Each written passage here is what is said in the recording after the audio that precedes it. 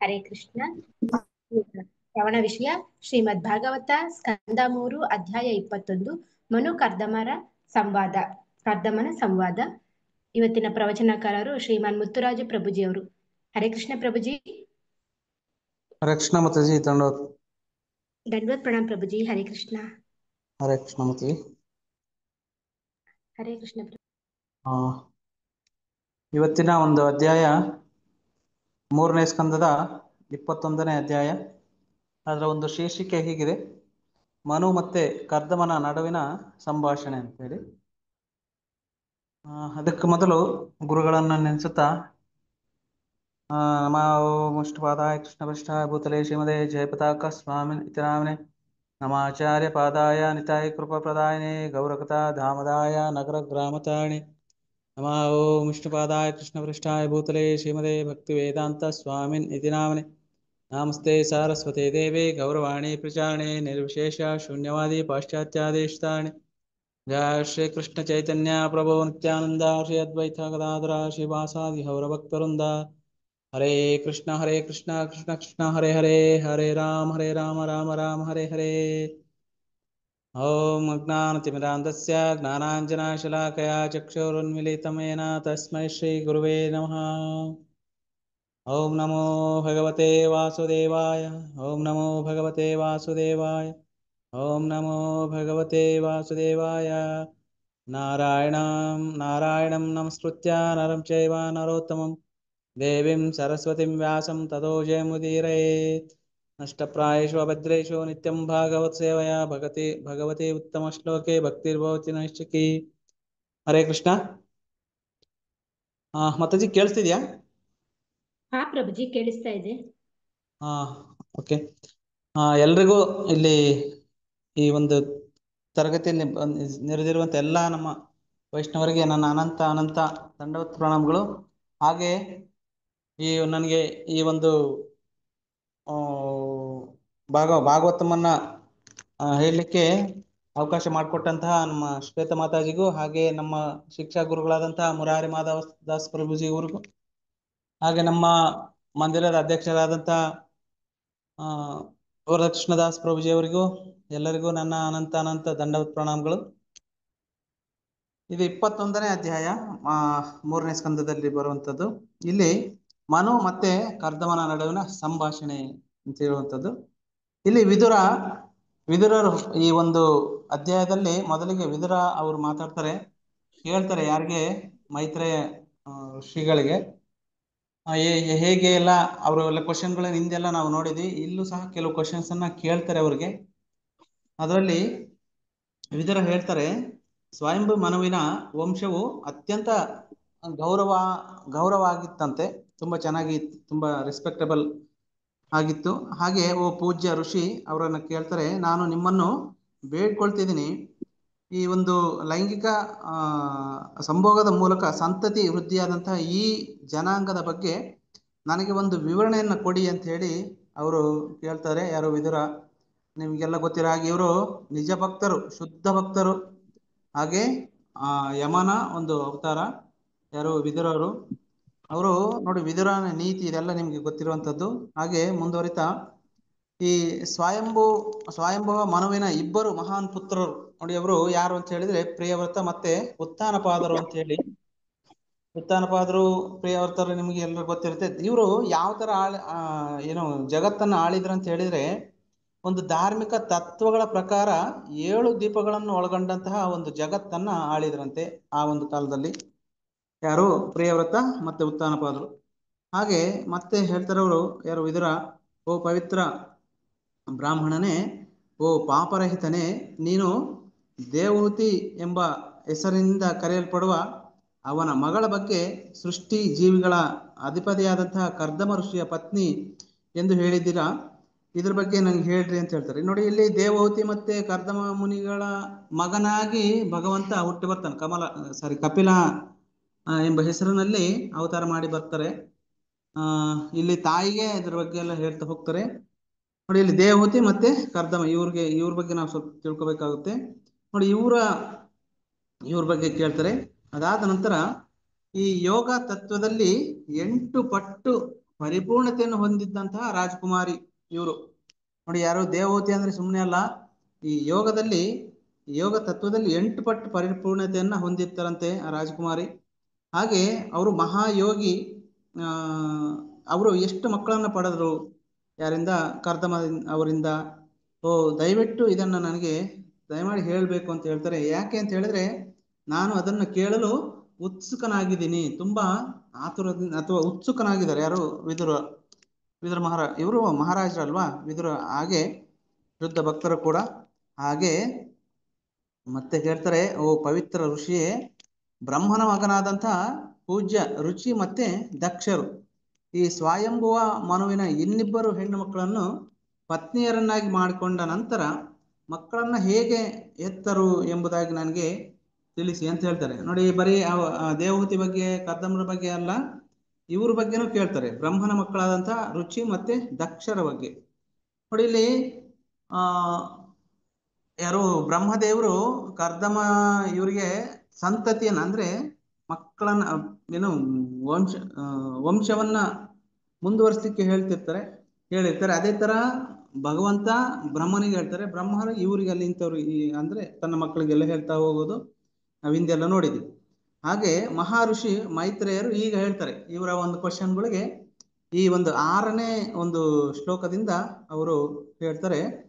ನೋಡಿ, ಲೋಕಗಳಲ್ಲಿ ಮಕ್ಕಳನ್ನು ಪಡೆಯಲು ಬ್ರಹ್ಮದೇವರು ಆಜ್ಞಾಪಿಸಿದಾಗ, ನೋಡಿ ಅವರು ಏನು ಸೆಕೆಂಡ್ ಕ್ರಿಯೇಷನ್, ಫಸ್ಟ್ ಕ್ರಿಯೇಷನ್ ಭಗವಂತ ಮಾಡ್ತಾರೆ, ಅದಾದ ನಂತರ ಸೆಕೆಂಡ್ ಕ್ರಿಯೇಷನ್ ಯಾರು ಮಾಡ್ತಾರೆ? ಬ್ರಹ್ಮದೇವರು ಮಾಡ್ತಾರೆ. ಹಾಗೆ ಲೋಕಗಳಲ್ಲಿ ಏನು ಸಾಕಷ್ಟು ಸಂಖ್ಯಾತ ಲೋಕಗಳಿದಾವಲ್ಲ, ಆ ಲೋಕಗಳಲ್ಲಿ ಮಕ್ಕಳನ್ನು ಪಡೆಯಲು ಬ್ರಹ್ಮದೇವರು ಆಜ್ಞಾಪಿಸ್ತಾರೆ. ಆಗ ಪೂಜ್ಯ ಕರ್ದಮ ಮುನಿಗಳು ಸರಸ್ವತಿ ನದಿಯ ದಡದಲ್ಲಿ 10,000 ವರ್ಷಗಳ ಕಾಲ ತಪಸ್ಸನ್ನು ಮಾಡ್ತಾರಂತೆ. ಒಂದಲ್ಲ ಎರಡಲ್ಲ, 10,000 ವರ್ಷಗಳ ಕಾಲ ತಪಸ್ಸನ್ನ ಮಾಡ್ತಾರೆ. ಅದಾದ ನಂತರ ಆ ತಪಸ್ಸಿನ ಅವಧಿಯಲ್ಲಿ ಕರ್ದಮ ಋಷಿಯು ಭಕ್ತಿ ಸೇವೆಯ ಮೂಲಕ ಅಥವಾ ಪೂಜೆಯ ಮೂಲಕ ರಕ್ಷಣೆಗಾಗಿ ತನ್ನ ಬಳಿಗೆ ಓಡಿ ಬರುವವರಿಗೆ ಎಲ್ಲಾ ಆಶೀರ್ವಾದಗಳನ್ನು ಬೇಗ ನೀಡುವಂತಹ ದೇವೋತ್ತಮ ಪರಮ ಪುರುಷನನ್ನು ಅಂದ್ರೆ ಕೃಷ್ಣನನ್ನ ಪ್ರಸನ್ನಗೊಳಿಸಿದರು ಅಂತೆ. ನೋಡಿ, ಆ 10,000 ವರ್ಷಗಳ ಕಾಲ ತಪಸ್ಸನ್ನ ಮಾಡಿ ಅವರು ಹೇಳ್ತಾರೆ, ಯಾರು ನೋವಿನಿಂದ ಓಡೋಡಿ ಬರ್ತಾರೋ ಭಗವಂತ ಗೋವಿಂದ ಅಂತ, ಕೃಷ್ಣ ಅಂತ, ಅವರನ್ನ ರಕ್ಷಣೆ ಮಾಡ್ತಾರೆ, ಎಲ್ಲ ಆಶೀರ್ವಾದಗಳನ್ನು ನೀಡ್ತಾರೆ. ಯಾರು? ಕೃಷ್ಣ. ಅಂತಹ ಒಂದು ದೇವೋತ್ತಮ ಪರಮ ಪುರುಷನನ್ನ ಪ್ರಸನ್ನಗೊಳಿಸಿದರು. ಯಾವುದ್ರ ಮುಖಾಂತರ? ಇದು ನಮ್ಗೆ ಜ್ಞಾಪಕ ಇರಬೇಕು. ಭಕ್ತಿ ಮುಖಾಂತರ, ಭಕ್ತಿ ಸೇವೆ ಮುಖಾಂತರ, ಪೂಜೆಯ ಮುಖಾಂತರ ಅಂತ ಇಲ್ಲಿ ಕೊಟ್ಟಿರುವಂಥದ್ದು. ನೋಡಿ, ನಾವು ಸಹ ಏನೋ ಅಲ್ಪ ಸ್ವಲ್ಪ ಭಕ್ತಿ ಮಾಡ್ತಿದ್ವಿ, ಆಯ್ತಾ? ಇವರ ಒಂದು ಹಾಗೆ ನಂತರ ಸತ್ಯಯುಗದಲ್ಲಿ ಕಮಲದ ಕಣ್ಣಿನ ಪರಮ ಪುರುಷನು ಸಂತೋಷಗೊಂಡು ಆ ಕರ್ದಮ ಮುನಿಗೆ ತನ್ನನ್ನು ತಾನು ತೋರಿಸಿಕೊಂಡನು. ನೋಡಿ, ಅಷ್ಟು ಅವರ ಭಕ್ತಿಗೆ ಮೆಚ್ಚಿ ಗೋವಿಂದ ನಾರಾಯಣ ಆ ಕರ್ದಮ ಮುನಿಯ ಭಕ್ತಿಗೆ ಮೆಚ್ಚಿ ಅವರ ಕಮಲದ ಏನು ಸಾರಿ ಕಮಲದ ಕಣ್ಣಿನ ಪರಮ ಪುರುಷನು ಕರ್ದಮ ಮುನಿಗೆ ತನ್ನನ್ನು ತಾನು ತೋರಿಸ್ಕೊಳ್ತಾನೆ. ಮತ್ತೆ ತನ್ನ ದಿವ್ಯ ರೂಪವನ್ನ ಪ್ರದರ್ಶಿಸ್ತಾನಲ್ಲಿ. ಯಾರ ಹತ್ರ? ಕರ್ದಮ ಮುನಿ ಮುಂದುಗಡೆ. ಅದನ್ನ ವೇದಗಳ ಮೂಲಕ ಮಾತ್ರ ನಾವು ಅರ್ಥ ಮಾಡ್ಕೊಳ್ಬಹುದಂತ.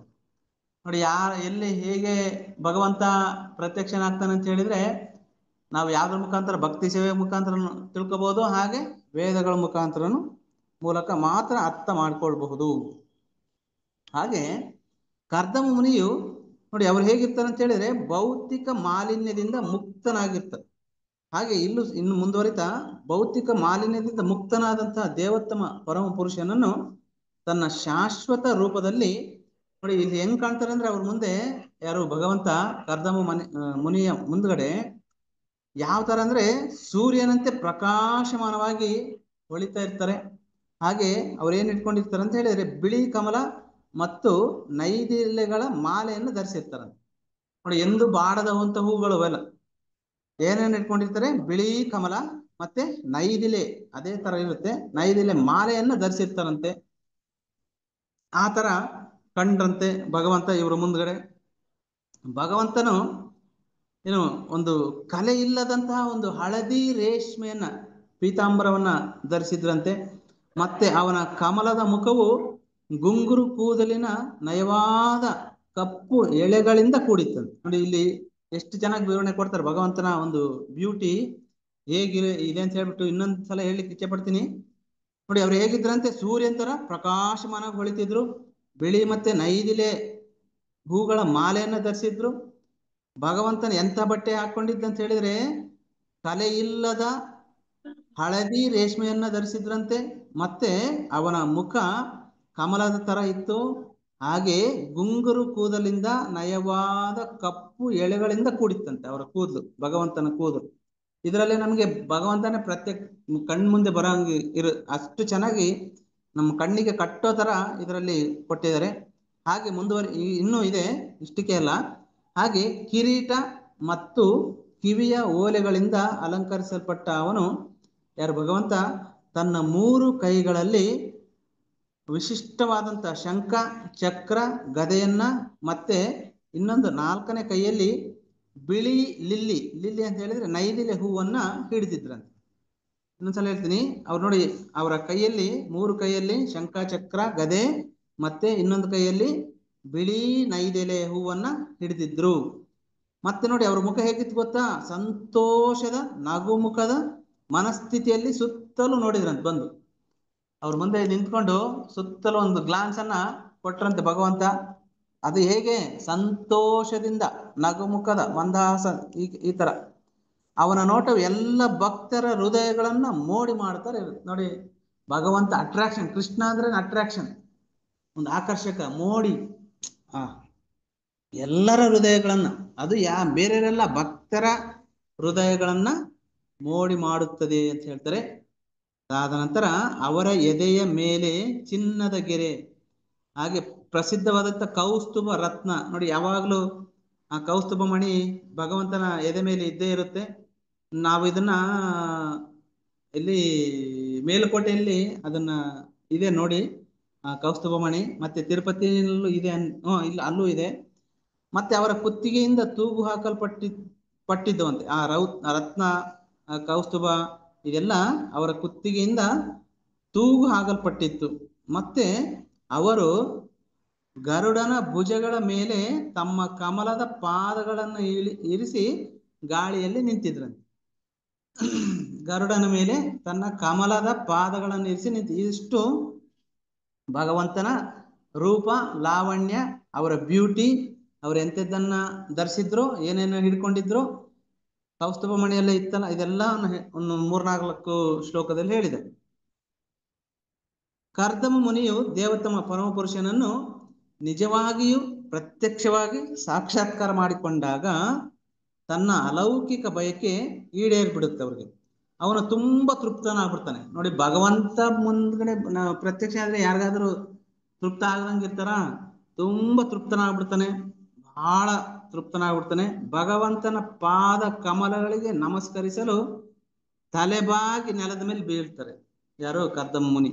ಯಾಕಂದ್ರೆ ದೇವೋತ್ತಮ ಪರಮಪುರುಷ ಬಂದಿರೋದು ಯಾರು ಅಲ್ಲ, ಅವನ ಹೃದಯವು ಸ್ವಾಭಾವಿಕವಾಗಿ ದೇವರ ಮೇಲೆ ಪ್ರೀತಿಯಿಂದ ತುಂಬಿತ್ತು. ನೋಡಿ ಅವರು 10,000 ವರ್ಷಗಳು ತಪಸ್ಸು ಮಾಡಿರ್ತಾರಂದ್ರೆ ಭಗವಂತನಿಗೋಸ್ಕರ, ಅವರ ಭಕ್ತಿ ಹೇಗಿರ್ಬೇಕಂತ ನಾವು ಇಮ್ಯಾಜಿನ್ ಮಾಡ್ಕೊಳಕ್ ಆಗೋದಿಲ್ಲ. ನಾವು 1.5 ಗಂಟೆ 2 ಗಂಟೆ ಜಪ ಮಾಡ್ಲಿಕ್ಕೆ ಒದ್ದಾಡ್ತಿರ್ತೀವಿ, 10,000 ವರ್ಷಗಳ ಕಾಲ ಅವರು ಹೆಂಗ್ ಮಾಡಿರ್ಬೇಕು. ಅವನು ಕೈಗಳನ್ನು ಮಡಿಸಿ ಪ್ರಾರ್ಥನೆಗಳಿಂದ ಭಗವಂತನನ್ನ ತೃಪ್ತಿಪಡಿಸಿದ್ರು. ನೋಡಿ ಪ್ರಾರ್ಥನೆ ಮಾಡ್ತಾರೆ, ಹೊಗಳ್ತಾರೆ ಗೋವಿಂದನನ್ನ, ಭಗವಂತನನ್ನ.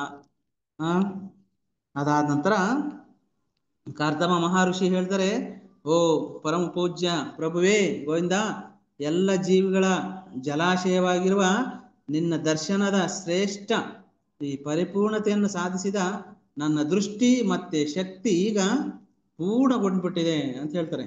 ಯಾಕಂದ್ರೆ ಅಂತ ಗೋವಿಂದ ಅಲ್ಲಿ ಬಂದಾನೆ. ಆಳವಾದ ಧ್ಯಾನದ ಅನೇಕ ಸತತ ಜನ್ಮಗಳ ಮೂಲಕ ಮುಂದುವರೆದಂತ ಯೋಗಿಗಳು ಸಹ ನಿನ್ನ ಈ ದಿವ್ಯ ರೂಪವನ್ನು ನೋಡಲು ಹಾತೊರಿತಿರ್ತಾರಂತವ್ರು. ನೋಡಿ ತುಂಬಾ ಈಗರಿಂದ ವೆಯ್ಟ್ ಮಾಡ್ತಿರ್ತಾರೆ ಯಾರು, ಆ ಯೋಗಿಗಳು ಧ್ಯಾನದ ಮುಖಾಂತರ.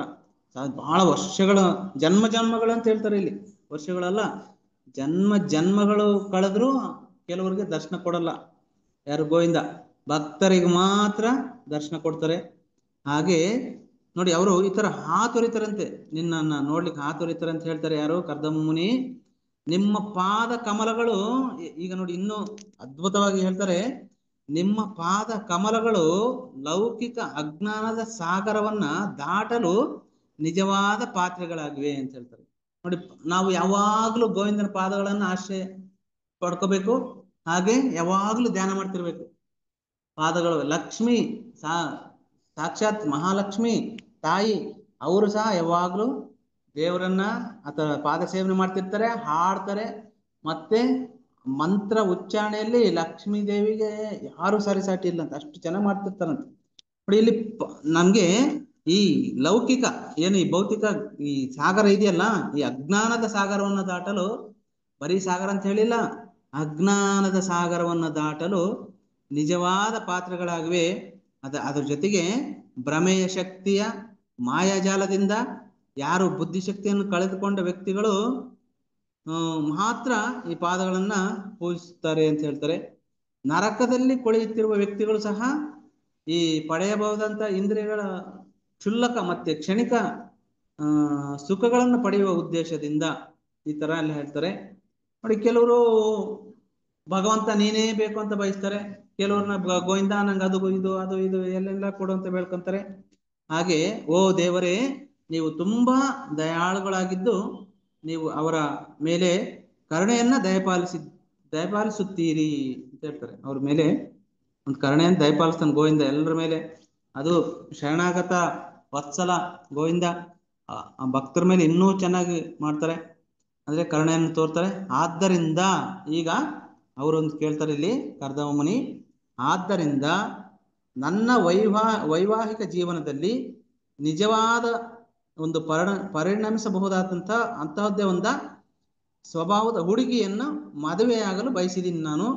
ಹಾಗೆ ನನ್ನ ಒಂದು ಕಾಮದ ಆಸೆಯನ್ನು ಪೂರೈಸಲು ಸಹ ನಾನು ಕೂಡ ನಿಮ್ಮ ಪಾದ ಕಮಲಗಳ ಆಶ್ರಯವನ್ನ ಕೋರಿದ್ದೇನೆ, ಏಕೆಂದರೆ ನೀವು ಆಸೆಯ ವೃಕ್ಷದಂತೆ ಅಂತ ಹೇಳ್ತಾರೆ. ಇಲ್ಲಿ ತನ್ನ ಆಸೆಯನ್ನ ವ್ಯಕ್ತಪಡಿಸ್ತಾರೆ ಕರ್ದಮ ಮುನಿಗಳು.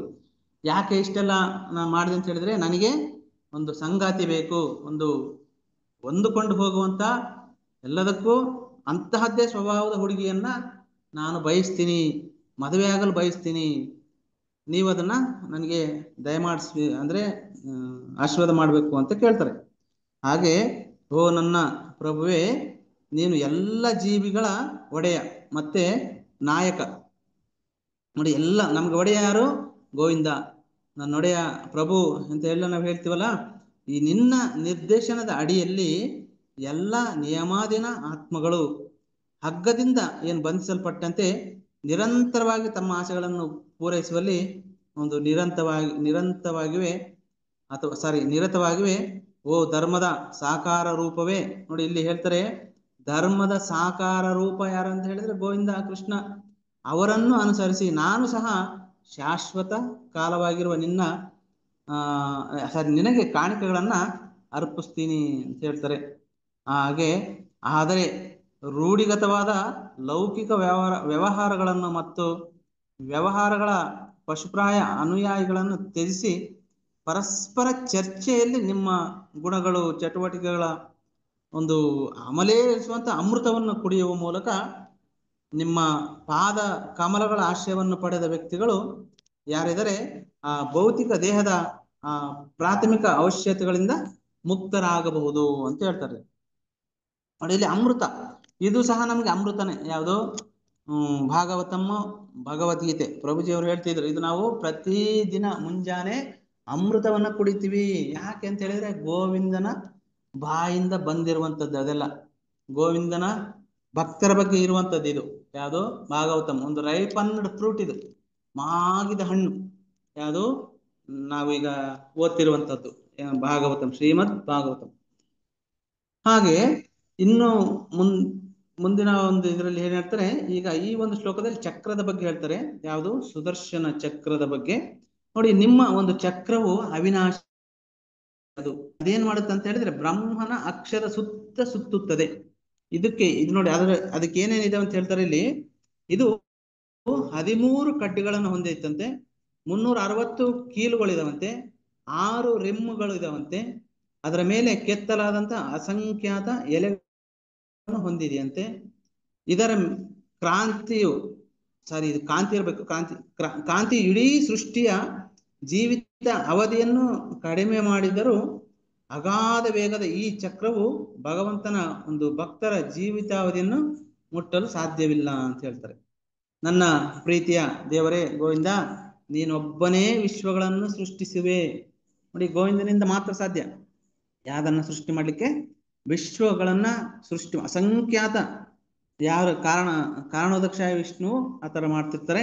ಓ ದೇವೋತ್ತಮ ಪರಮ ಪುರುಷನೇ, ಈ ವಿಶ್ವಗಳನ್ನು ಸೃಷ್ಟಿಸಲು ಬಯಸಿ ನೀನು ಅವುಗಳನ್ನು ಸೃಷ್ಟಿಸಿ ನಿರ್ವಹಿಸಿ ಮತ್ತು ಮತ್ತೆ ನಿನ್ನ ಸ್ವಂತ ಶಕ್ತಿಗಳಿಂದ ಅವುಗಳನ್ನು ಸುತ್ತುವರಿತೀಯ. ಇದು ಯೋಗ ಮಾಯೆ ಎಂದು ಕರೆಯಲ್ಪಡುವ ನಿನ್ನ ಎರಡನೇ ಶಕ್ತಿಯ ನಿಯಂತ್ರಣದಲ್ಲಿರುತ್ತದೆ. ಇದು ಯೋಗ ಮಾಯೆ, ಅಂದ್ರೆ ಬಾಹ್ಯ ಶಕ್ತಿಯಲ್ಲಿ ಇರುತ್ತೆ. ನೋಡಿ, ಜೇಡವು ತನ್ನದೇ ಆದ ಶಕ್ತಿಯಿಂದ ಜೇಡರ ಬಲೆಯನ್ನು ಸೃಷ್ಟಿಸಿ ಮತ್ತೆ ಸುತ್ತುವಂತೆ ಇಲ್ಲಿ ಗೋವಿಂದ ನೋಡಿ ಎಲ್ಲಾ ಆ ವಿಶ್ವಗಳನ್ನು ಸೃಷ್ಟಿಸಿ ಅದರಲ್ಲಿ ಇರ್ತಾನೆ, ಸ್ಥಾಪಿತನಾಗಿರ್ತಾನೆ. ಅದ್ರಲ್ಲಿ ಯಾವ್ದಂದ್ರೆ ಯಾವುದು ಪುರುಷಾವತಾರಗಳಲ್ಲಿ ನಾವು ಓದಿರ್ತೀವಿ ಅದನ್ನ. ಪುರುಷಾವತಾರಗಳು ಕಾರಣೋದಕ್ಷಾಯಿ, ಗರ್ಭೋದಕ್ಷಾಯಿ ಮತ್ತೆ ಹೇಗೆ ಅದರ ಮೇಲೆ ಮತ್ತೆ ಮತ್ತೆ ಯಾವುದು ಲೋಕಗಳಲ್ಲಿ ಬರ್ತಾರೆ ಅಂತ ಹೇಳಿ. ಹಾಗೆ ನನ್ನ ಪ್ರೀತಿಯ ದೇವರೇ ಕೃಷ್ಣ, ಇದು ನಿನ್ನ ಬಯಕೆ ಅಲ್ಲದಿದ್ದರೂ ನಮ್ಮ ಇಂದ್ರಿಯ ತೃಪ್ತಿಗಾಗಿ ನೀನು ಒಂದು ಸ್ಥೂಲ ಮತ್ತೆ ಸೂಕ್ಷ್ಮ ಅಂಶಗಳ ಈ ಸೃಷ್ಟಿಯನ್ನು ಪ್ರಕಟಿಸುತ್ತೀಯಾ. ನಿನ್ನ ಕಾರಣವಿಲ್ಲದ ಕರುಣೆ ನಮ್ಮ ಮೇಲೆ ಇರಲಿ, ಏಕೆಂದರೆ ನೀನು ತುಳಸಿ ಎಲೆಗಳ ಅದ್ಭುತವಾದ ಮಾಲೆಯಿಂದ ಅಲಂಕರಿಸಲ್ಪಟ್ಟ ಶಾಶ್ವತ ರೂಪದಲ್ಲಿ ನಮ್ಮ ಮುಂದೆ ಕಾಣಿಸ್ಕೊಂಡಿದ್ದೀಯ ನೀನು ಅಂತ ಹೇಳ್ತಾರೆ. ಹಾಗೆ ಆಶ್ರಯ ಪಡೆಯುವುದು ಯೋಗ್ಯವಾದ ನಿನ್ನ ಪಾದ ಕಮಲಗಳಿಗೆ ನಾನು ನಿರಂತರವಾಗಿ ನನ್ನ ಗೌರವಯುತ ನಮನಗಳನ್ನ ಸಲ್ಲಿಸ್ತೀನಿ. ನೀನು ಅತ್ಯಲ್ಪರಿಗೂ ಎಲ್ಲ ಆಶೀರ್ವಾದಗಳನ್ನ ಕೊಡ್ತೀಯ. ನಿನ್ನನ್ನು ಅರಿತುಕೊಳ್ಳುವ ಮೂಲಕ ಎಲ್ಲ ಜೀವಿಗಳಿಗೆ ಫಲಟಿಕೆಯಿಂದ ಈ ಎಲ್ಲವನ್ನ ಬೇರ್ಪಡುವಿಕೆಯನ್ನು ನೀಡಲು ನೀನು ನಿನ್ನ ಸ್ವಂತ ಶಕ್ತಿಯಿಂದ ಈ ಭೌತಿಕ ಪ್ರಪಂಚಗಳನ್ನು ವಿಸ್ತರಿಸಿವೆ. ಎಲ್ಲವನ್ನ ವಿಸ್ತರಿಸಿರೋನು ಗೋವಿಂದನೇ, ಅದರೊಳಗೆ ಇರೋನು ಗೋವಿಂದನೇ, ಎಲ್ಲ ಕೃಷ್ಣನೇ. ಹಾಗೆ ಮೈತ್ರೇಯರು ಮುಂದುವರಿಸ್ತಾರೀಗ. ಇಷ್ಟೊತ್ತು ಕರ್ದಮ ಮುನಿ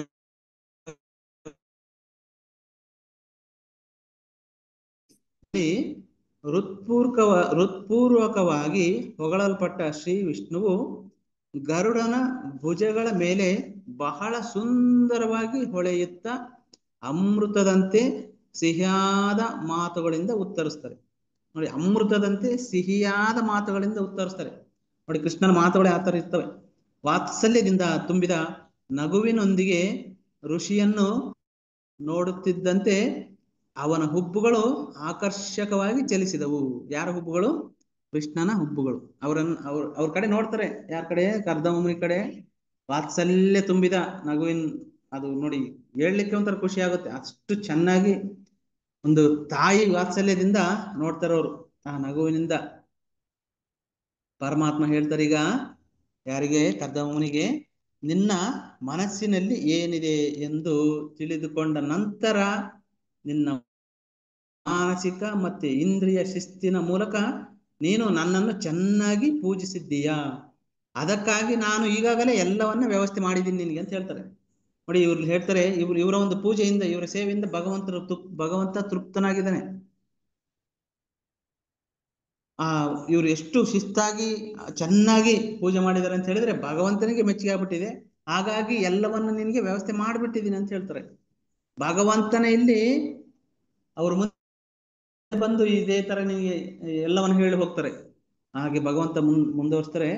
ಓ ಪ್ರೀತಿಯ ಋಷಿ, ಜೀವಿಗಳ ನಾಯಕ, ನನ್ನನ್ನು ಭಕ್ತಿಯಿಂದ ಪೂಜಿಸುವ ಮೂಲಕ ನನ್ನ ಸೇವೆ ಮಾಡುವವರಿಗೆ, ವಿಶೇಷವಾಗಿ ನನಗೆ ಎಲ್ಲವನ್ನೂ ತ್ಯಜಿಸಿದ ನಿಮ್ಮಂತ ವ್ಯಕ್ತಿಗಳಿಗೆ ಎಂದಿಗೂ ನಿರಾಶೆ ಮಾಡೋದಿಲ್ಲ. ನಿರಾಶೆ ಪ್ರಶ್ನೆನೇ ಇಲ್ಲ ಅಂತ ಹೇಳ್ತಾರೆ. ನೋಡಿ, ಇದನ್ನು ಚೆನ್ನಾಗಿ ನಾವು ಜ್ಞಾಪಕದಲ್ಲಿ ಇಟ್ಕೋಬೇಕು. ಯಾರು ಗೋವಿಂದನನ್ನ ಭಕ್ತಿಯಿಂದ ಶ್ರದ್ಧೆಯಿಂದ ಪೂಜೆ ಮಾಡ್ತಾರೋ, ಸೇವೆ ಮಾಡ್ತಾರೋ ಅವರಿಗೆ ವಿಶೇಷವಾಗಿ, ಆಗ ನಾವು ವಿಶೇಷವಾಗಿ ಮಾಡ್ತೀವಲ್ಲ, ಎಲ್ಲವನ್ನು ತ್ಯಜಿಸ್ಬೇಕು ನಾವು. ಈಗೇನು 4 ತತ್ವಗಳು, ನಿಯಂತ್ರಕ ತತ್ವಗಳಲ್ಲಿ ಇದಾವಲ್ಲ, ಆ ತರ ಎಂದಿಗೂ ನಿರಾಶೆ ಮಾಡೋದಿಲ್ಲ ಅಂತ ನಮ್ಗೆ ಕೊಟ್ಟೇ ಕೊಡ್ತಾನೆ ಕೃಷ್ಣ ಗೋವಿಂದ. ಹಾಗೆ ಬ್ರಹ್ಮನ ಪುತ್ರ, ತನ್ನ ನೀತಿವಂತ ಕಾರ್ಯಗಳಿಗೆ ಹೆಸರುವಾಸಿಯಾದ ಚಕ್ರವರ್ತಿ ಸ್ವಯಂಭುವನು ಬ್ರಹ್ಮಾವರ್ತದಲ್ಲಿ ತನ್ನ ಸ್ಥಾನವನ್ನು ಹೊಂದಿದ್ದು 7 ಸಾಗರಗಳನ್ನು ಹೊಂದಿರುವ ಭೂಮಿಯನ್ನು ಆಳ್ತಾ ಇದ್ದಾನೆ. ಇಲ್ಲಿಂದ ಹೇಳ್ತಾರೆ, ನಿನ್ಗೆ ಏನ್ ಕೊಡ್ತೀನಿ ಅಂತ, ಏನೇನಾಗುತ್ತೆ ಅಂತ ಹೇಳ್ತಾರೆ ಮುಂದೆ. ಗೋವಿಂದನ ಕರ್ದಮ ಮುನಿಗೆ ಯಾರು ಬರ್ತಾರೆ ಗೊತ್ತಾ ಇಲ್ಲಿ? ಸ್ವಯಂಭುವನು. ಅವರು ಅಷ್ಟಿಷ್ಟು ಹೆಸರುವಾಸಿಯಾದ ಚಕ್ರವರ್ತಿ ಅಲ್ಲ, ಬ್ರಹ್ಮಾವರ್ತದಲ್ಲಿ ತನ್ನ ಸ್ಥಾನವನ್ನು ಹೊಂದಿದ್ದು 7 ಸಾಗರಗಳನ್ನು ಹೊಂದಿರುವ ಭೂಮಿಯನ್ನ ಆಳ್ತಾನೆ. ನಾಳೆ ಮರುದಿನ ಓ ಬ್ರಾಹ್ಮಣ, ಧಾರ್ಮಿಕ ಚಟುವಟಿಕೆಗಳಲ್ಲಿ ಪರಿಣಿತನಾದ ಆ ಪ್ರಸಿದ್ಧ ಚಕ್ರವರ್ತಿಯು ತನ್ನ ರಾಣಿ ಶತಾರೂಪಳೊಂದಿಗೆ ನಿನ್ನನ್ನು ನೋಡಲು ಇಲ್ಲಿಗೆ ಬರುತ್ತಾನೆ. ನಿನ್ನನ್ನು ನೋಡಲು ಬಯಸುತ್ತಾ ಇಲ್ಲಿಗೆ ಬರುತ್ತಾನೆ. ನೋಡಿ, ಇಲ್ಲಿ ಸ್ವಯಂಭುವಮನು ಕರ್ದಮ ಮುನಿಯ ಆಶ್ರಮಕ್ಕೆ ಬರ್ತಾರೆ. ಎಲ್ಲ ಕೃಷ್ಣ ಮುಂದಾಗಲೇ ಹೇಳ್ಬಿಡ್ತಾನೆ.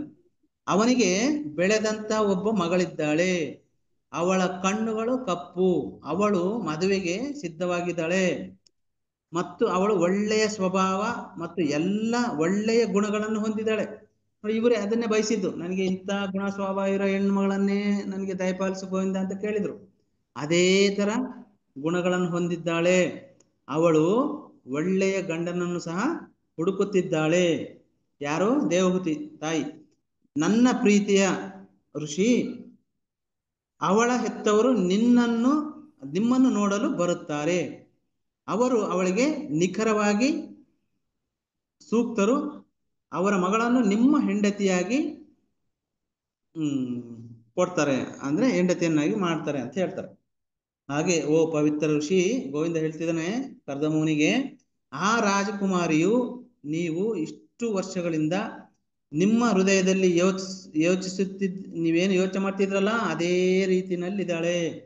ಅವಳು ಶೀಘ್ರದಲ್ಲಿ ನಿಮ್ಮವಳಾಗುತ್ತಾಳೆ ಮತ್ತು ನಿಮ್ಮ ಹೃದಯಕ್ಕೆ ತೃಪ್ತಿ ಆಗುವಷ್ಟು ಸೇವೆ ಸಲ್ಲಿಸ್ತಾಳೆ. ನೋಡಿ, ಒಂದು ಗಾದೆನೇ ಇದೆ, ಹೆಂಡತಿ ಗಂಡನನ್ನ ಅನುಸರಿಸಿ ಹೋಗ್ಬಿಟ್ರೆ ಅದಕ್ಕಿಂತ ಸ್ವರ್ಗದ ಸ್ವರ ಇರುತ್ತೆ ಅಂತ ಹೇಳ್ಬಿಟ್ರು. ಹಾಗೆ ನೀನು ಅವಳಲ್ಲಿ ಬಿತ್ತಿದ ಬೀಜದಿಂದ ಅವಳು 9 ಹೆಣ್ಣು ಮಕ್ಕಳನ್ನ ನಿನಗೆ ಕೊಡ್ತಾಳೆ, ಹೆರುವಳು ಅಂತ ಹೇಳ್ತಿದೆ. ಮತ್ತು ನೀನು ಹೆತ್ತ ಹೆಣ್ಣು ಮಕ್ಕಳ ಮೂಲಕ ಋಷಿಗಳು ಮಕ್ಕಳನ್ನ ಪಡಿತಾರೆ, ಅಂದ್ರೆ ಹೆರುವರು ಅಂತಿದೆ. ನನ್ನ ಆಜ್ಞೆಯನ್ನು ಸರಿಯಾಗಿ ಪಾಲಿಸುವ ಮೂಲಕ ನಿಮ್ಮ ಹೃದಯವನ್ನು ಶುದ್ಧೀಕರಿಸಿಕೊಂಡು ನಿಮ್ಮ ಎಲ್ಲ ಕರ್ಮಗಳ ಫಲವನ್ನು ನನಗೆ ಒಪ್ಪಿಸಿ ನೀವು ಅಂತಿಮವಾಗಿ ನನ್ನನ್ನೇ ಪಡೆಯುತ್ತೀರಿ. ಇಲ್ಲಿ ನೋಡಿ, ಇಲ್ಲಿ ಕೊನೆಗೆ ಇದನ್ನು ಹೇಳ್ತಾರೆ, ನನ್ನನ್ನೇ ಪಡೆಯುತ್ತೀರಿ ಅಂತ ಹೇಳಿದ್ರೆ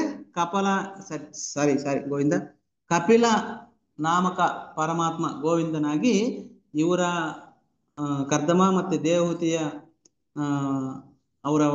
ಅವರಿಗೆ ಮಗನಾಗಿ ಬರ್ತಾರೆ. ನನ್ನನ್ನೇ ಪಡೆಯುತ್ತೀರಿ ಅಂತ ಹೇಳ್ತಾನೆ. ಎಲ್ಲ ಜೀವಿಗಳ ಬಗ್ಗೆ ಕರುಣೆ ತೋರಿಸುವುದರಿಂದ ನೀವು ಆತ್ಮ ಸಾಕ್ಷಾತ್ಕಾರವನ್ನು ಪಡೆಯುತ್ತೀರಿ.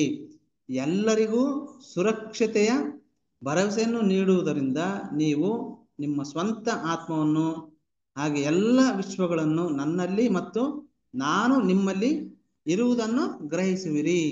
ನೋಡಿ, ಅವರ ಒಬ್ರಲ್ಲೊಬ್ರು ಭಕ್ತ ಭಗವಂತ ಮಗನಾಗಿ ಬರ್ತಾನೆ. ಎಂತ ಅದೃಷ್ಟ ಅವ್ರದ್ದು. ಓ ಮಹರ್ಷಿ, ನಾನು ನಿಮ್ಮ ಪತ್ನಿ ದೇವಹೂತಿ ಮತ್ತು ನಿಮ್ಮ 9 ಪುತ್ರಿಯರ ಮೂಲಕ ನನ್ನ ಸ್ವಂತ ಪೂರ್ಣ ಪಾಲನ್ನ ಪ್ರಕಟಿಸುತ್ತೇನೆ ಮತ್ತು ಅಂತಿಮ ತತ್ವಗಳ ಅಥವಾ ವರ್ಗಗಳೊಂದಿಗೆ ಏನು ವ್ಯವಹಾರ ಮಾಡ್ತಿದ್ರೋ ತತ್ವಶಾಸ್ತ್ರದ ವ್ಯವಸ್ಥೆಯನ್ನು ಅವಳಿಗೆ ಬೋಧಿಸುತ್ತೇನೆ. ಅಂದ್ರೆ ತಾಯಿಗೆ ಬೋಧನೆ ಮಾಡ್ತಾರೆ. ಇಲ್ಲಿ ಕಪಿಲ ನಾಮಕ ಪರಮಾತ್ಮ ಗೋವಿಂದ ತಾಯಿಗೆ ಗುರು ಆಗ್ತಾರೆ. ಮೈತ್ರೇಯನು ಅಂದ್ರೆ, ಈಗ ಮೈತ್ರೇಯ ಮಹರ್ಷಿ ಹೇಳ್ತಾರೆ, ಋಷಿಗಳು ಮುಂದುವರೆದು ಹೇಳ್ತಾರೆ, ಕರ್ದಮ ಮುನಿಯೊಂದಿಗೆ ಹೀಗೆ ಮಾತನಾಡಿದಂತ ಭಗವಂತ ಇಂದ್ರಿಯಗಳು ಕೃಷ್ಣ ಪ್ರಜ್ಞೆಯಲ್ಲಿದ್ದಾಗ ಮಾತ್ರ ತನ್ನನ್ನು ತಾನು ಬಹಿರಂಗಪಡಿಸುತ್ತಾನೆ. ಆ ಸರಸ್ವತಿ ನದಿಯಿಂದ ಸುತ್ತುವರಿದಿರುವ ಈ ಬಿಂದು ಸರೋವರ ಎಂಬ ಸರೋವರದಿಂದ ಹೊರಟು ಹೋದನು. ನೋಡಿ, ಬಿಂದು ಸರೋವರ ಅಂತ ಹೇಳಿದ್ರೆ ಅದಕ್ಕೆ ಡಿಸ್ಕ್ರಿಪ್ಷನ್ ಕೊಡ್ತಾರೆ, ಯಾಕೆ ಬಿಂದು ಸರೋವರ ಬಂತಂತ ಮುಂದಿನ ಒಂದು ಶ್ಲೋಕದಲ್ಲಿ ಹಾಗೆ ಹೇಳ್ತೀನಿ. ನೋಡಿ, ಋಷಿಯು ನೋಡುತ್ತಾ ನಿಂತಿದ್ದಾಗ ಭಗವಂತನು ವೈಕುಂಠಕ್ಕೆ ಹೋಗುವ ದಾರಿಯಲ್ಲಿ ಹೊರಟನು. ಹಾಗೆ ನೋಡ್ತಾ ನಿಂತಿರ್ತಾನೆ, ಹಾಗೆ ಭಗವಂತನು ವೈಕುಂಠಕ್ಕೆ ಅದೇ ದಾರಿಯಲ್ಲಿ ಹೋಗುವಂತ ದಾರಿಯಲ್ಲಿ ಹೊರಟಾನೆ. ನೋಡಿ, ಎಲ್ಲವನ್ನು ಹೇಳಿದ್ರು ಭಗವಂತನನ್ನ ಅವರು. ನೋಡಿ, ಕರ್ದಮ ಮುನಿ 10,000 ವರ್ಷಗಳ ಕಾಲ ತಪಸ್ಸು ಮಾಡಿದ್ರು, ಭಕ್ತಿ ಸೇವೆ ಮಾಡಿದ್ರು. ಹಾಗೆ ಭಗವಂತ ಬಂದ್ರು, ಅವ್ರಿಗೆ ಏನೇನ್ ಬೇಕು ಎಲ್ಲವನ್ನ ಈ ತರ ನಿನ್ಗೆ ಈ ತರ ನಾನೇ ಬರ್ತೀನಿ ನಿನ್ ಮಗನಾಗ ಅಂತ ಹೇಳಿ ಹೋದ್ರು. ಎಂತ ಅದೃಷ್ಟ ನೋಡಿ. ಎಲ್ಲವನ್ನು ಹೇಳಿ ಮತ್ತೆ ಅವ್ರು ಏನ್ ಮಾಡಿದ್ರು, ವೈಕುಂಠಕ್ಕೆ ಹೊರಟ್ರು.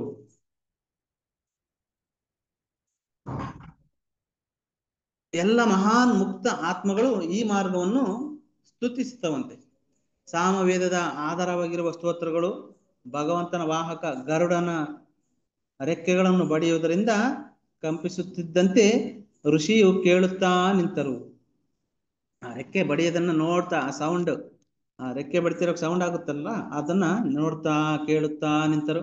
ನಂತರ ಭಗವಂತನ ನಿರ್ಗಮನದ ನಂತರ ಪೂಜ್ಯ ಋಷಿ ಕರ್ದಮನು ಬಿಂದು ಸರೋವರದ ದಡದಲ್ಲಿಯೇ ಇದ್ದು ಭಗವಂತನು ಹೇಳಿದ ಸಮಯಕ್ಕಾಗಿ ಕಾಯ್ತಾ ಇರ್ತಾನೆ. ಈಗ ಇವರೆಲ್ಲ ಬರ್ತಾರೆ, ಸ್ವಯಂಭೂಮನು, ಅವರ ಮನೆಯವರು, ಮಹಾರಾಣಿ ಈ ತರ ಎಲ್ಲ ನೀನ್ ನೋಡ್ಲಿಕ್ಕೆ ಬರ್ತಾರೆ ಅಂತ ಹೇಳ್ತಾರಲ್ಲ, ಅದನ್ನ ಆ ಸಮಯಕ್ಕಾಗಿ ಕಾಯ್ತಾ ಇರ್ತಾರೆ. ಸ್ವಯಂಭೂಮನು ತನ್ನ ಪತ್ನಿಯೊಂದಿಗೆ ಚಿನ್ನದ ಆಭರಣಗಳಿಂದ ಅಲಂಕರಿಸಲ್ಪಟ್ಟ ತನ್ನ ರಥವನ್ನ ಏರಿ ತನ್ನ ಮಗಳನ್ನು ಅವುಗಳ ಜೊತೆಯಲ್ಲಿ ಇರಿಸಿ ಭೂಮಿಯಾದ್ಯಂತ ಪ್ರಯಾಣ ಮಾಡಲು ಪ್ರಾರಂಭಿಸಿದಂತೆ. ಯಾರು? ಸ್ವಯಂಭುವ ಮನು. ಆಗ, ಓ ವಿದುರ, ಅವರು ಭಗವಂತ ಭವಿಷ್ಯ ನುಡಿದ ದಿನದಂದು ತನ್ನ ಕಠಿಣ ವ್ರತಗಳನ್ನು ಪೂರ್ಣಗೊಳಿಸಿದ ಋಷಿಯ ಆಶ್ರಮವನ್ನ ತಲುಪಿದ್ರು ಅಂತ. ಯಾರು? ಸ್ವಯಂಭುವ ಮನು ಮತ್ತೆ ಅವರ ಮಡದಿ. ನೋಡಿ, ಸರಸ್ವತಿ ನದಿಯ ನೀರಿನಿಂದ ತುಂಬಿ ತುಳುಕುತ್ತಿದ್ದ ಪವಿತ್ರ ಬಿಂದು ಸರೋವರ. ಆ ಸರೋವರವನ್ನು ಅನೇಕ ಶ್ರೇಷ್ಠ ಋಷಿಗಳು ಆಶ್ರಯಿಸಿದ್ರಂತೆ. ಇದರ ಪವಿತ್ರ ನೀರು ಮಂಗಳಕರವಾಗಿರುವುದಲ್ಲದೆ ಅಮೃತದಂತೆ ಸಿಹಿಯಾಗಿರುತ್ತಂಥದ್ದು. ತನ್ನ ರಕ್ಷಣೆಯನ್ನು ಕೋರಿದ ಋಷಿಯ ಬಗ್ಗೆ ಅಪಾರ ಕರುಣೆಯಿಂದ ತುಂಬಿ ಹೋದ ಆ ಭಗವಂತನ ಕಣ್ಣುಗಳಿಂದ ನೀರಿನ ಹನಿಗಳು ಬಿದ್ದಿದ್ದರಿಂದ ಇದನ್ನು ಬಿಂದು ಸರೋವರ ಎಂದು ಕರೆಯಲಾಯ್ತಂತೆ. ನೋಡಿ, ಇದು ಭಗವಂತನ ಎಂತ ಕಣ್ಣೀರು ಗೊತ್ತಾ? ಅಪಾರವಾದ ಕರುಣೆ ತುಂಬಿದ ಹನಿಗಳು, ಕಣ್ಣೀರಿನ ಹನಿಗಳು ಬಿದ್ದಿದ್ದರಿಂದ ಇದಕ್ಕೆ ಬಿಂದು ಸರೋವರ ಅಂತ ಹೆಸರು ಬಂತು. ನೋಡಿ, ಸರೋವರದ ದಡವು ಎಲ್ಲ ಋತುಗಳ ಹಣ್ಣುಗಳು ಮತ್ತು ಹೂಗಳು ಸಮೃದ್ಧವಾಗಿ ಕೊಡ್ತವೆ. ಹಾಗೆ ಮರಗಳು, ಬಳ್ಳಿಗಳು ಎಲ್ಲದರಿಂದ ಆವೃತವಾಗಿರುತ್ತೆ. ನೋಡಿ, ಅಲ್ಲಿ ಇಂಥದ್ದಿಲ್ಲ ಅನ್ನೋದಿಲ್ಲ, ಎಷ್ಟು ಅದ್ಭುತವಾಗಿ ಅನ್ಸಿರುತ್ತೆ ಅಂದ್ರೆ ಸ್ವರ್ಗನೇ ಕೆಳಗಿಳಿ ತರ ಇರುತ್ತೆ. ಅವು ವಿವಿಧ ರೀತಿಯ, ಹಾಗೆ ಪಕ್ಷಿಗಳು ಹೇಳ್ತಾರೆ, ವಿವಿಧ ರೀತಿಯ ಸೌಂಡ್ ಮಾಡುವಂತ ಕೂಗುಗಳನ್ನು ಹೇಳುವಂತ ಧಾರ್ಮಿಕ ಪ್ರಾಣಿಗಳು, ಪಕ್ಷಿಗಳು ಎಲ್ಲದಕ್ಕೂ ಆಶ್ರಯ ನೀಡಿರ್ತಾರೆ. ಮರಗಳಿಗೆ, ತೋಪುಗಳಿಗೆ ಸೌಂದರ್ಯದಿಂದ ಅಲಂಕರಿಸಲ್ಪಟ್ಟಿತ್ತಂತೆ ಅದರ ಒಂದು ಸುತ್ತಲೂ ಬಿಂದು ಸರೋವರ. ಆ ಪ್ರದೇಶವು ಸಂತೋಷದಿಂದ ತುಂಬಿದ ಪಕ್ಷಿಗಳ ಸ್ವರಗಳಿಂದ ಪ್ರತಿಧ್ವನಿಸುತ್ತಿತ್ತಂತೆ. ಅವು ಸಂತೋಷದಿಂದ ಹಾಡ್ತಾ ಇರ್ತಲ್ಲ ಅಂತ ಪಕ್ಷಿಗಳು. ನೋಡಿ, ಅಮಲಿನಲ್ಲಿ ಜೇನು ನೊಣಗಳು ಅಲ್ಲಿ ಅಲೆದಾಡ್ತಿರ್ತಾವಂತೆ. ಯಾಕಂದ್ರೆ ಅಷ್ಟು ಹೂವ, ಅಷ್ಟೊಂದು ಮಧು, ಅಷ್ಟೊಂದು ಜೇನು ಅಲ್ಲಿ ಇರುತ್ತೆ. ಅದಕ್ಕಾಗಿ ಅವು ಜೇನು ನೊಣಗಳು ಏನ್ ಮಾಡ್ತವೆ, ಅಮಲಿನಲ್ಲಿ ಅಲೆದಾಡ್ತಿರ್ತವೆ. ಅಮಲಿನಲ್ಲಿ ನವಿಲುಗಳು ಹೆಮ್ಮೆಯಿಂದ ನೃತ್ಯ ಮಾಡ್ತಿರ್ತಾವಂತೆ. ಮತ್ತು ಸಂತೋಷದಿಂದ ಕೋಗಿಲೆಗಳು ಒಂದಕ್ಕೊಂದು ಕೂಗ್ತಿರ್ತಾವಂತೆ, ಕರೀತಿರ್ತಾವಂತೆ. ನೋಡಿ, ಅದಾದ ನಂತರ ಬಿಂದು ಸರೋವರವು ಕದಂಬ, ಚಂಪಕ, ಅಶೋಕ, ಕಾರಂಜ, ಬಕುಳ, ಆಸನ, ಕುಂದ, ಮಂದಾರ, ಕುಟಜ ಮತ್ತು ಎಳೆಯ ಮಾವಿನ ಆ ಮರಗಳಿಂದ ಅಲಂಕರಿಸಲ್ಪಟ್ಟಿತ್ತಂತೆ. ನೋಡಿ, ಎಷ್ಟು ಚೆನ್ನಾಗಿ ಕೊಟ್ಟಿದೆ, ಎಕ್ಸ್ಪ್ಲೇನ್ ಮಾಡಿದ್ದಾರೆ ಅಂತ ಹೇಳಿದ್ರೆ. ಮತ್ತೆ ಗಾಳಿ ಅಲ್ಲಿ ಹೆಂಗಿರುತ್ತೆ ಅಂತ ಹೇಳಿದ್ರೆ, ಆ ಗಾಳಿಯಲ್ಲಿ ಬಾತುಕೋಳಿಗಳು, ಮತ್ತೆ ಹಂಸಗಳು, ಜಲಪಕ್ಷಿಗಳು, ಕೊಕ್ಕರೆಗಳು, ಚಕ್ರವಾಕ, ಚಕೋರಗಳು ಆಹ್ಲಾದಕರ ಸ್ವರಗಳಿಂದ ತುಂಬಿತ್ತಂತೆ. ನೋಡಿ, ಎಷ್ಟು ಅದ್ಭುತವಾಗಿದೆ. ಇದೊಂದು ರೊಮ್ಯಾಂಟಿಸಿಸಮ್ ಅಂತಾನೆ ಹೇಳ್ಬೋದು. ನಮ್ಮ ಇಂಗ್ಲಿಷ್ ಲಿಟ್ರೇಚರ್ ಅಲ್ಲಿ ರೊಮ್ಯಾಂಟಿಕ್ ಮೂವ್ಮೆಂಟ್ ಅಂತ ಬರುತ್ತೆ. ಇದೇ ತರ ಒಂದು ನೇಚರನ್ನ ಡಿಸ್ಕ್ರೈಬ್ ಮಾಡುವಂಥದ್ದು. ಹಾಗೆ ಕೀಟ್ಸ್, ವರ್ಡ್ಸ್ವರ್ತ್ ಅಂತ ಬರ್ತಾರೆ, ಅವರು ಬಹಳ ಅದ್ಭುತವಾಗಿ ಈ ತರ ಮಾಡ್ತಾರೆ.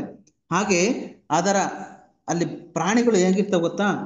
ಜಿಂಕೆಗಳು, ಹಂದಿಗಳು, ಮುಳ್ಳು ಹಂದಿಗಳು, ಗವಯಗಳು, ಆನೆಗಳು, ಬಬೂನ್ಗಳು, ಸಿಂಹಗಳು, ಮಂಗಗಳು, ಮುಂಗುಸಿಗಳು ಮತ್ತೆ ಕಸ್ತೂರಿ ಜಿಂಕೆಗಳಿಂದ ತುಂಬಿದ್ವು ಅಲ್ಲಿರುವ ಪ್ರದೇಶ. ಯಾವುದು? ಬಿಂದು ಸರೋವರ. ಹಾಗೆ ತನ್ನ ಮಗಳೊಂದಿಗೆ ಆ ಅತ್ಯಂತ ಪವಿತ್ರ ಸ್ಥಳವನ್ನು ಪ್ರವೇಶಿಸಿ ಋಷಿಯ ಬಳಿ ಹೋದಾಗ, ಯಾರು? ಸ್ವಯಂಭೂಮನು ಮತ್ತೆ ಅವರ ಮಡದಿ ಕರ್ದಮ ಋಷಿಯ ಬಳಿಗೆ ಹೋಗ್ತಾರೆ. ಮೊದಲನೇ ದೊರೆ ಇವರು ಯಾರು? ಸ್ವಯಂಭೂಮನು. ತನ್ನ ಆಶ್ರಮದಲ್ಲಿ ಕುಳಿತಿದ್ದ ಋಷಿಯು ಪವಿತ್ರ ಅಗ್ನಿಗೆ ನೈವೇದ್ಯಗಳನ್ನು ಸುರಿತಾ ಇರ್ತಾರೆ. ಆ ಪ್ರಸನ್ನವಾಗಿ, ಅಂದ್ರೆ ತುಂಬಾ ಕಾಮಾಗಿತ್ಕೊಂಡು ಅವ್ರು ಸುರಿತಿರ್ತಾರೆ. ಅದನ್ನು ಇವ್ರು ನೋಡ್ತಾರೆ ಹೋಗಿ, ಯಾರು? ರಾಜ ಮತ್ತೆ ಅವ್ರ ಮನೆಯವರು, ಮಗಳು. ಅವನ ದೇಹವು ಅತ್ಯಂತ ಪ್ರಕಾಶಮಾನವಾಗಿ ಹೊಳಿತಿತ್ತಂತ. ಕರ್ದಮ ಮುನಿಯ ದೇಹ ತುಂಬಾ ಪ್ರಕಾಶಮಾನವಾಗಿ ಹೊಳಿತಿತ್ತು. ಅವನು ಬಹಳ ಸಮಯದಿಂದ ಕಠಿಣ ತಪಸ್ಸಿನಲ್ಲಿ ತೊಡಗಿದ್ದರೂ ಅವನು ಕೃಶನಾಗಿರ್ಲಿಲ್ಲ. ತುಂಬಾ ಅದ್ಭುತವಾಗಿದ್ದ. ಯಾಕೆಂತ ಹೇಳಿದ್ರೆ, ಭಗವಂತನು ಅವನ ಮೇಲೆ ತನ್ನ ಪ್ರೀತಿಯ ನೋಟವನ್ನ ಬೀರಿದ್ದನು. ಹಾಗಾಗಿ ನೋಡಿ, ಭಗವಂತ ಏನು ನೋಟವನ್ನ ಬೀರಿದ್ನಲ್ಲ, ವಾತ್ಸಲ್ಯದಿಂದ, ತಾಯಿ ವಾತ್ಸಲ್ಯ ತರ ನೋಡಿದ್ನಲ್ಲ, ಅದಕ್ಕೋಸ್ಕರ ಅವನ ದೇಹ ಹೊಳಿತಾ ಇರುತ್ತೆ. ಹಾಗೆ ಮತ್ತು ಭಗವಂತನ ಸ್ವೀಟ್ ವರ್ಡ್ಸ್, ಮಾತುಗಳಿರ್ತಾವಲ್ಲ, ಅಮೃತದಂತ ಮಾತುಗಳು ಅವರ ಬಾಯಿಂದ ಬಂದದ್ದಂತ ಅರಿಯುವುದನ್ನು ಅವನು ಕೇಳಿದ್ದನು. ನೋಡಿ ಎಷ್ಟು ಖುಷಿಯಾಗುತ್ತೆ ಅವಾಗ. ಭಗವಂತನ ಮಾತು, ಭಗವಂತನ ದರ್ಶನ ಎಲ್ಲ ಆಗಿರುತ್ತೆ. ಋಷಿಯು ಎತ್ತರವಾಗಿದ್ದನು. ಅವ್ರು ಹೇಗಿದ್ರು ಅಂತ ಹೇಳಿದ್ರೆ ತುಂಬಾ ಎತ್ತರವಾಗಿದ್ರಂತೆ. ಅವನ ಕಣ್ಣುಗಳು ಕಮಲದ ದಳಗಳಂತೆ ದೊಡ್ಡವಾಗಿದ್ವಂತೆ. ಅವನ ತಲೆಯ ಮೇಲೆ ಜಟಿಲವಾದ ಸುರುಳಿಗಳನ್ನು ಹೊಂದಿದ್ದಂತೆ. ಅವನು ಚಿಂದಿ ಬಟ್ಟೆಗಳನ್ನು ಧರಿಸಿದ್ನಂತೆ. ನೋಡಿ ಎಷ್ಟೆಲ್ಲ ನೋಡ್ಲಿಕ್ಕೆ ತುಂಬಾ ಅದ್ಭುತವಾಗಿದ್ರು ಋಷಿ ಅಂದ್ರೆ ಅದೇ ತರ ಚಿಂದಿ ಬಟ್ಟೆಗಳನ್ನ ಧರಿಸಿದ್ರಂತೆ. ಸ್ವಯಂಭೂಮನು ಹತ್ತಿರ ಬಂದು ಅವನ ಸ್ವಲ್ಪ ದೇಹ ಸ್ವಲ್ಪ ಮಣ್ಣಾಗಿರುತ್ತಂತೆ, ಹೊಳಪು ಮಾಡಿದ ರತ್ನದಂತೆ ಇರುವುದನ್ನು ನೋಡಿದ್ನು ಅವನ ದೇಹವನ್ನು.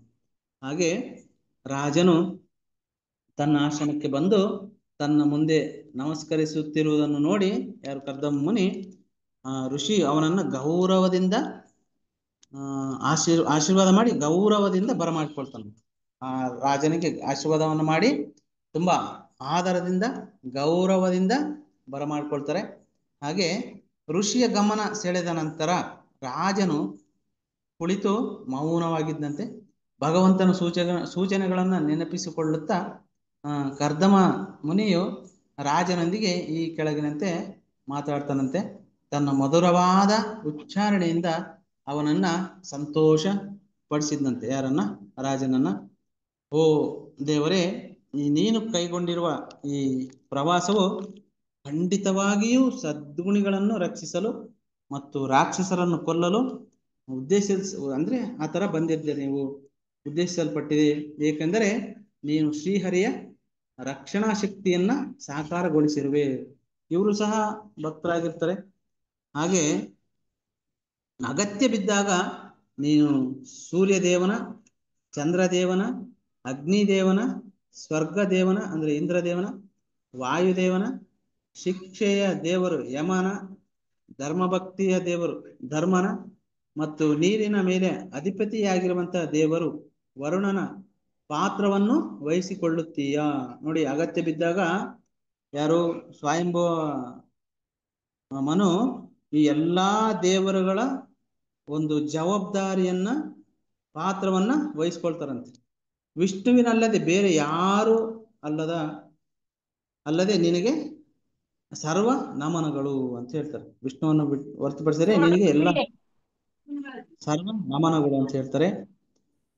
ಕೇವಲ ಅಪರಾಧಿಗಳನ್ನು ಬೆದರಿಸುವ ನಿಮ್ಮ ವಿಜಯಶಾಲಿ ಈ ರತ್ನಖಚಿತ ರಥವನ್ನು ನೀವು ಏರದಿದ್ದರೆ ನಿಮ್ಮ ಬಿಲ್ಲಿನ ಆ ನಾದದಿಂದ ನೀವು ಉಗ್ರ ಶಬ್ದಗಳನ್ನು ಮಾಡದಿದ್ದರೆ ಮತ್ತು ಭೂಮಿಯ ಈ ಭೂಗೋಳವನ್ನು ನಡಗಿಸುವ ಪಾದಗಳಿಂದ ಬೃಹತ್ ಸೈನ್ಯವನ್ನು ಮುನ್ನಡೆಸುವಂತಹ ಒಂದು ಅದ್ಭುತ ಸೂರ್ಯನಂತೆ ನೀವು ಜಗತ್ತಿನಾದ್ಯಂತ ಸಂಚರಿಸದೆ ಹೋದರೆ ಆಗ ಭಗವಂತನೇ ಸೃಷ್ಟಿಸಿದ ವರ್ಣಗಳು ಮತ್ತು ಏನು ಆಶ್ರಮಗಳಿದ್ದಾವೆ ಆಶ್ರಮಗಳನ್ನು ನಿಯಂತ್ರಿಸುವ ಎಲ್ಲ ನೈತಿಕ ನಿಯಮಗಳನ್ನು ದುಷ್ಟರು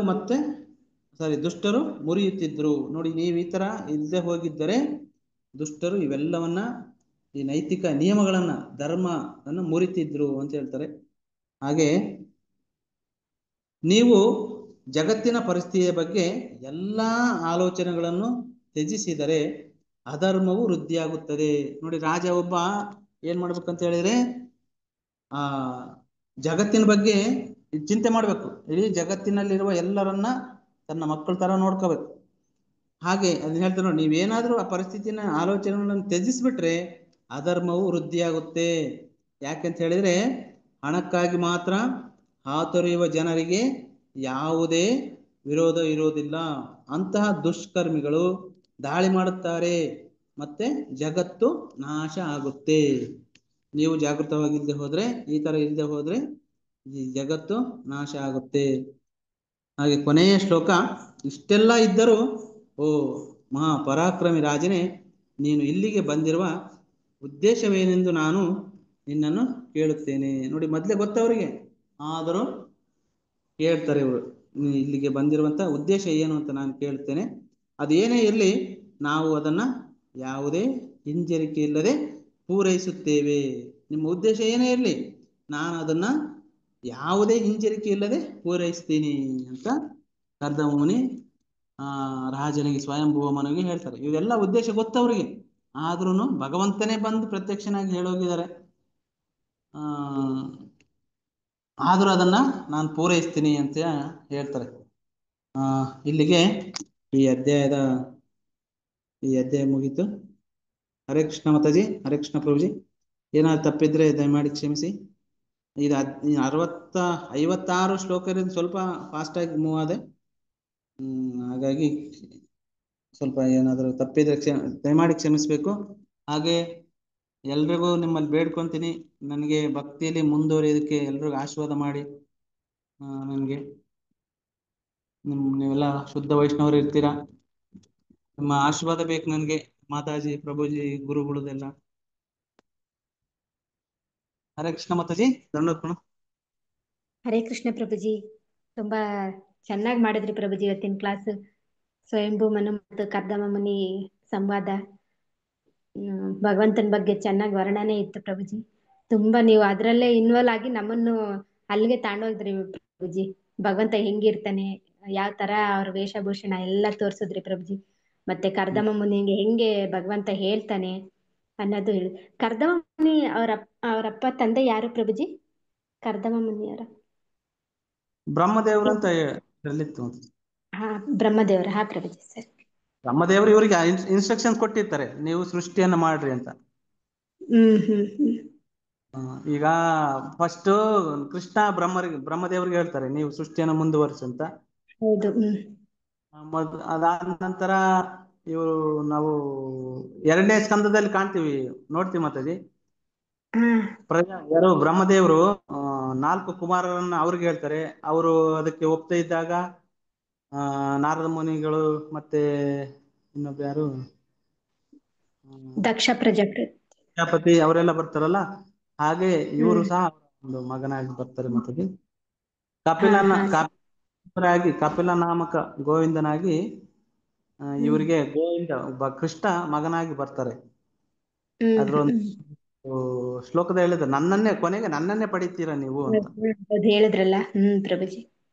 ತಾಯಿಗೆ ಇಲ್ಲಿ ಎಲ್ಲವನ್ನ ಉಪದೇಶ ಮಾಡ್ತಾರೆ ಕಪಿಲ ದೇವರು, ಭಗವಂತ ದೇವಹೂತಿಗೆ.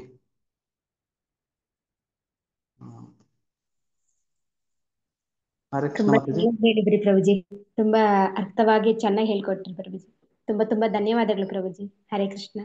ನಿಮ್ಗೂ ಅವಕಾಶ ಕೊಟ್ಟಿದ್ದಕ್ಕೆ ಎಲ್ರಿಗೂ, ನಿಮ್ಗೂ ವಿಶೇಷವಾಗಿ ಪ್ರಭುಜಿಗೂ ನಿಮ್ಗೂ ಮುರಾರಿ ಪ್ರಭುಜಿನೇ ಪ್ರಭುಜಿ ಏನೇ ಆಗ್ಲಿ ಹೇಳೋದು, ನಾನು ಸುಮ್ನೆ ಹಾಕೋದಷ್ಟೇ ಪ್ರಭುಜಿ, ಹೇಳೋದಷ್ಟೇ.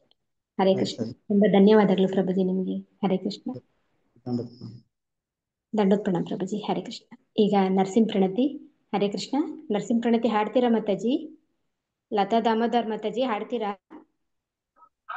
ಹರೇ ಕೃಷ್ಣ ಮಾತಾಜಿ. ಹಾಡಿ ಮಾತಾಜಿ. ತಗೊಳ್ತೀನಿ ಮಾತಾಜಿ. ಹಾ ಮಾತಾಜಿ. ಹಾ ಶ್ರೀ ನರಸಿಂಹ. ಒಂದ್ ಸೆಕೆಂಡ್ ಮಾತಾಜಿ. ಸರಿ ಸರಿ ತಗೊಳ್ಳಿ ಮಾತಾಜಿ. ಶ್ರೀ ನರಸಿಂಹ ಜಯ ನರಸಿಂಹ, ಜಯ ಜಯ ನರಸಿಂಹ ಪ್ರಹ್ಲಾದೇಶ, ಜಯ ಪದ್ಮ ಮುಖ ಪದ್ಮ ಭೃಂಗಂ, ಉಗ್ರಂ ವೀರಂ ಮಹಾವಿಷ್ಣುಂ ಜ್ವಲಂತಂ ಸರ್ವತೋಮುಖಂ, ನರಸಿಂಹಂ ಭೀಷಣಂ ಭದ್ರಂ ಮೃತ್ಯುರ್ಮೃತ್ಯುಂ ನಮಾಮ್ಯಹಂ.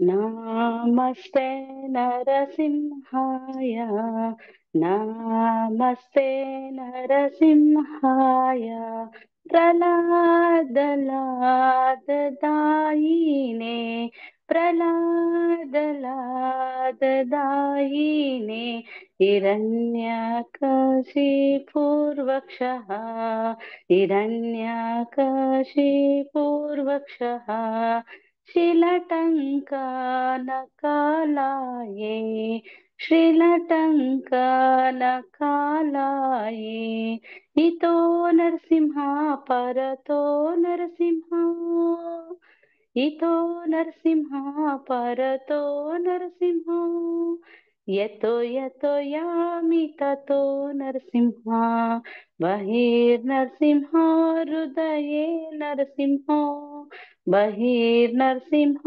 ಹೃದಯೇ ನರಸಿಂಹ, ನರಸಿಂಹಮದಿಂ ಚರಣಂ ಪ್ರಪದ್ಯೆ, ನರಸಿಂಹಮದಿಂ ಚರಣಂ ಪ್ರಪದ್ಯೆ, ತವ ಕರಕಮಲವರೇಣಾಕಂ ಅದ್ಭುತ ಶೃಂಗಂ ದಲಿತಾ ಹಿರಣ್ಯಕಶಿಪು ತನುಭೃಂಗಂ, ಕೇಶವಧೃತ ನರಹರಿ ರೂಪ, ಜೈ ಜಗದೀಶ ಹರೇ, ಜೈ ಜಗದೀಶ ಹರೇ, ಜೈ ಜಗದೀಶ ಹರೇ, ತವ ಕರಕಮಲವರೇಣಾಕಂ ಅದ್ಭುತ ಶೃಂಗಂ ದಲಿತಾ ಹಿರಣ್ಯಕಶಿಪು ತನುಭೃಂಗಂ, ಕೇಶವಧೃತ ನರಹರಿ ರೂಪ, ಜೈ ಜಗದೀಶ ಹರೇ, ಜೈ ಜಗದೀಶ ಹರೇ, ಜಯ ನರಸಿಂಹದೇವ್ ಜಯ ನರಸಿಂಹದೇವ್, ಜಯ ನರಸಿಂಹದೇವ್ ಜಯ ನರಸಿಂಹದೇವ್, ಜಯ ಪ್ರಹ್ಲಾದ್ ಮಹಾರಾಜ್ ಜಯ ಪ್ರಹ್ಲಾದ್ ಮಹಾರಾಜ್, ಪ್ರಹ್ಲಾದ್ ಮಹಾರಾಜ್ ಜಯ ಪ್ರಹ್ಲಾದ್ ಮಹಾರಾಜ್, ಜಯ ಜಯ ಜಯ ಪ್ರಭುಪಾದ್ ಪ್ರಭುಪಾದ್ ಪ್ರಭುಪಾದ್, ಜಯ ಜಯ ಪ್ರಭುಪಾದ್, ಜಯ ಜಯ ಗುರುದೇವ್ ಗುರುದೇವ್ ಗುರುದೇವ್, ಜಯ ಜಯ ಗುರುದೇವ್, ನಿತ್ಯ ಗೌರ ಹರಿ ಬೋಲ್ ಹರಿ ಬೋಲ್ ಹರಿ ಬೋಲ್, ನಿತ್ಯ ಗೌರ ಹರಿ ಬೋಲ್. ಲಕ್ಷ್ಮೀ ನರಸಿಂಹ ಭಗವಾನ್ ಕಿ ಜೈ, ಶ್ರೀ ಶ್ರೀಲ ಪ್ರಭುಪಾದ್ ಕಿ ಜೈ. ಹರೇ ಕೃಷ್ಣ ಮಾತಾಜಿ. ಧನ್ಯವಾದಗಳು. ಹರೇ ಕೃಷ್ಣ ಮಾತಾಜಿ. ಶ್ರದ್ಧಾ ಭಕ್ತಿಯಿಂದ ನರಸಿಂಹ ಪ್ರಣತಿ ಹೇಳಿದ ಲತಾ ದಾಮೋದರ್ ಮಾತಾಜಿಗೆ ಧನ್ಯವಾದಗಳು. ದಂಡೋತ್ ಪ್ರಣಾಮ್ ಮಾತಾಜಿ. ಹರೇ ಕೃಷ್ಣ. ಹರೇ ಕೃಷ್ಣ. ಈಗ ಮಲಗು ಮುನ್ನ ಮಾಧವನೇನೆ ಆನ್ಲೈನ್ ಕಾರ್ಯಕ್ರಮವನ್ನು ಮುಕ್ತಾಯ ಮಾಡೋಣ. ಕಾರ್ಯಕ್ರಮದಲ್ಲಿ ಭಾಗವಹಿಸಿದ ಎಲ್ಲಾ ವೈಷ್ಣವ ಭಕ್ತರಿಗೂ ಧನ್ಯವಾದಗಳು. ದಂಡೋತ್ ಪ್ರಣಾಮ್. ವಾಂಚಾಕಲ್ಪತರುಭ್ಯಶ್ಚ ಕೃಪಾ ಸಿಂಧು ಭವೇವಚ ಪತಿತಾನಾಂ ಪಾವನೇಭ್ಯ ವೈಷ್ಣವೇಭ್ಯೋ ನಮೋ ನಮಃ. ಅನಂತ ಕೋಟಿ ವೈಷ್ಣವೃಂದ್ ಕಿ ಜೈ. ಶ್ರೀಲ ಪ್ರಭುಪಾದ್ ಕಿ ಜೈ. ಗುರು ಮಹಾರಾಜ್ ಕಿ ಜೈ. ಹರೇ ಕೃಷ್ಣ ಪ್ರಭುಜಿ. ಹರೇ ಕೃಷ್ಣ ಮಾತಾಜಿ. ಧನ್ಯವಾದಗಳು. ದಂಡೋತ್ ಪ್ರಣಾಮಗಳು. ಹರೇ ಕೃಷ್ಣ. ಹರೇ ಕೃಷ್ಣ ಮಾತಾಜಿ. ದಂಡೋತ್ ಪ್ರಣಾಮ ಮಾತಾಜಿ. ದಂಡೋತ್ ಪ್ರಣಾಮ್. ಹರೇ ಕೃಷ್ಣ ಮಾತಾಜಿ. ದಂಡೋತ್ ಪ್ರಣಾಮ್. ಹರೇ ಕೃಷ್ಣ ಪ್ರಭುಜಿ. ದಂಡೋತ್ ಪ್ರಣಾಮ್. ಹರೇ ಕೃಷ್ಣ ಮಾತಾಜಿ. ದಂಡೋತ್ ಪ್ರಣಾಮಗಳು. ಹರೇ ಕೃಷ್ಣ.